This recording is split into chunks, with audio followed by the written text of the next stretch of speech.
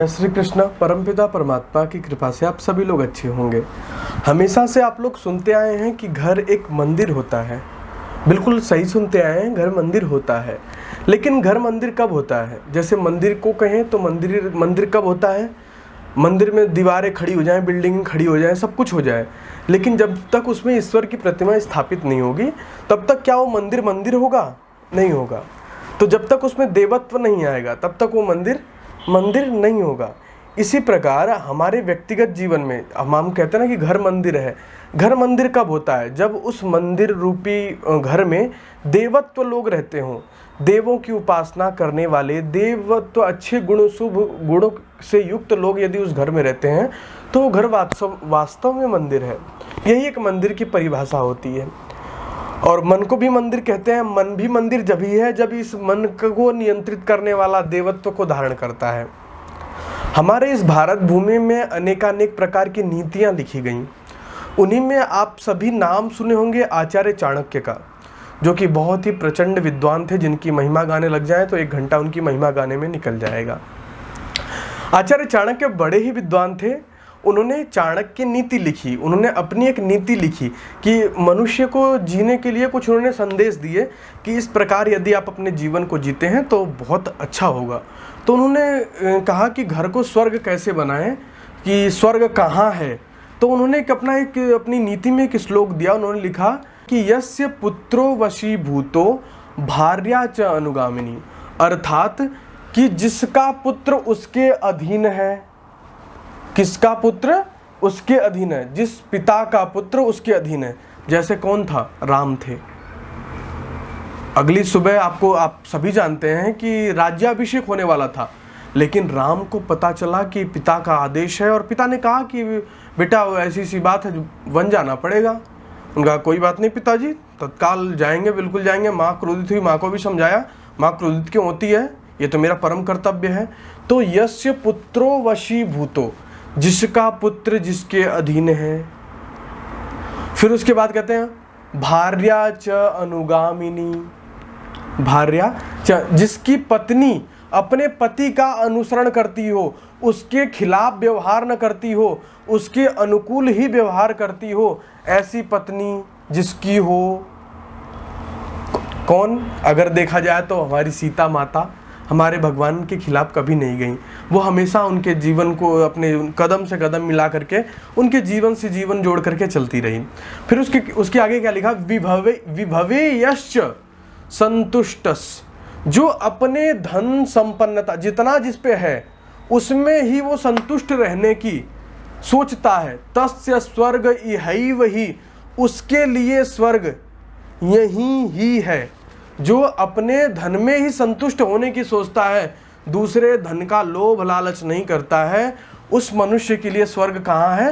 तस्य स्वर्ग इहैव ही। ये मैं नहीं कह रहा हूँ, ये आचार्य चाणक्य कह रहे हैं, जिन्होंने एक बहुत महान नीति दी, जिनका ये पूरा समाज अनुसरण करता है। वो कहते हैं कि जिसका पुत्र जिसके वश में है और जिसकी पत्नी जिसके वश में है, जो अपने कमाए हुए धन संपन्नता में ही संतुष्ट रहना चाहता है, रहता भी है, ऐसे मनुष्य के जीवन के लिए स्वर्ग यही है और कहीं स्वर्ग नहीं है। और दूसरी जगह स्वर्ग तलाशने की आवश्यकता नहीं है। जिस मनुष्य का जीवन इस अनुकूल चल रहा है उस मनुष्य के लिए स्वर्ग यही है। यदि आप भी अपने घर को स्वर्ग बनाना चाहते हैं तो सबसे पहले अपने बच्चे को सुधारने का प्रयास करना पड़ेगा। सबसे पहले तो देखिए, सुधार स्वयं में होना चाहिए। स्वयं सुधारने के बाद सुधार बच्चों पे होना चाहिए कि हमारे बच्चे देख क्या रहे हैं, हमारे बच्चे कर क्या रहे हैं। अब घरों में जाने पे पता चलता है, कई लोगों से मिलने पे हमारी आंखें शर्मा जाती हैं, वो कुछ चीज़ चला देते हैं। हमने कहा कि आप ये चीज़ें क्यों देखते हैं? बच्चे से पूछा कि आप ये चीज़ें क्यों देखते हैं? वो कहता है कि हम तो पापा के साथ बैठ के बड़े आराम से देख लेते हैं, हमें कोई दिक्कत नहीं होती है। मतलब कि एक कहूँ कि एक ऐसी वेब सीरीज़ आदि जिनको हम कहूँ कि परिवार के साथ बैठ के नहीं देख सकते हैं, आज ऐसा माहौल क्रिएट कर दिया गया है कि फिर वो बाप बेटे संग बैठ के पी रहे हैं, बाप बेटे संग बैठ के हुक्का पीते हैं, बाप बेटे संग बैठ के दारू पीते हैं। फिर कहाँ से वो सम्मान रह जाएगा? पहले आदर्श पिता हुआ करते थे, इसलिए बच्चे भी आदर्शवान हुआ करते थे। और देखो, ध्यान रखो, जीवन में कमाना बहादुरी नहीं है। आपने बहुत कुछ कमाया, कमा करके लाखों करोड़ों अरबों खरबों रुपए कमा के गांज दिए, और यदि बच्चे को नहीं बना पाए, बच्चा यदि कुसंस्कारी निकल गया, तो तो ये ध्यान रखना, सारी कमाई पे मिट्टी फेर देगा। जितना भी आपने कमाया सब पे चौतरा बांध देगा।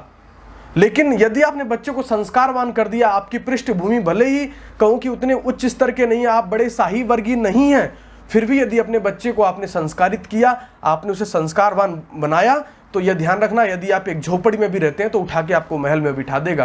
परंतु यदि आपने अपने बच्चे को संस्कारित नहीं किया, उसके जीवन को अध्यात्म और अच्छे संस्कारों से युक्त नहीं किया, ये ध्यान रखना, कितनी भी बड़ी बिल्डिंगें बना लेना, कितने भी बड़े आलीशान बंगले बना लेना, सब पे चौतरा बांध देगा। इसलिए आचार्य चाणक्य कहते हैं कि पहले पुत्र पे ध्यान दो। यश पुत्रो वशी भूतो, जिसका पुत्र जिसके अनुकूल है, भार्या च अनुगामिनी, जिसकी पत्नी जिसके अनुसार चलती है, ऐसे मनुष्य के लिए स्वर्ग इस धरती पे है, ऐसा आचार्य चाणक्य कहते हैं। और ये ध्यान रखो, ये तो एक मोटी मोटी उन्होंने परिभाषा दे दी, उसके बाद मैं अपनी तरफ से एक श्लोक जोड़ता हूँ, उसको बहुत गहराई सुनिएगा। संतुष्टो भार्यया भर्ता, भर्त्रा भार्या तथैव च, संतुष्टो भार्यया भर्ता, भर्त्रा भार्या तथैव च, यस्मिन्नेव कुले नित्यम कल्याणम तत्र वै ध्रुवम।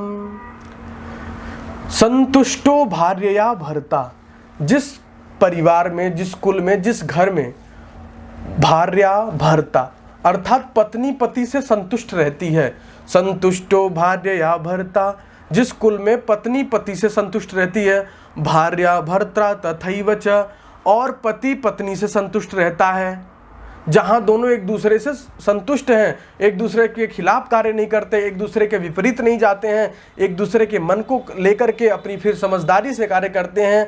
उसके बाद लिखते हैं यस्मिन्नेव कुले नित्यम कल्याणम तत्र वै ध्रुवम, ऐसे ही कुल का कल्याण होता है, ऐसे ही कुल उन्नति करते हैं। कौन से? जहाँ पति पत्नी आपस में मनोभाव बना करके किसी कार्य को प्रारंभ करते हैं, संतुष्ट होते हैं। लिखते हैं संतुष्टो भार्यया भर्ता, भर्त्रा भार्या तथैव च, यस्मिन्नेव कुले नित्यम कल्याणम तत्र वै ध्रुवम।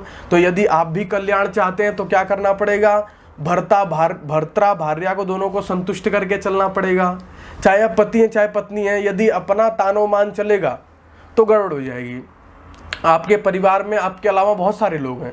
परमात्मा ने, प्रभु ने सबको बनाया, लेकिन सबको बहुत कुछ दिया, लेकिन सबको सब कुछ नहीं दिया। इसलिए हमें क्या करना है कि हम ये नहीं सोचे कि सब हमारी तरह बन जाए, हमें सबको साथ लेके चलना है, लेके चलना है, लेके चलना है। परमात्मा ने सबको बनाया है, 5 उंगलियों को भी ईश्वर ने बनाया, सबको समान नहीं बनाया ना। लेकिन ऐसा नहीं है ये छोटी तो हम इसको काट देंगे, ऐसा तो नहीं करेंगे ना।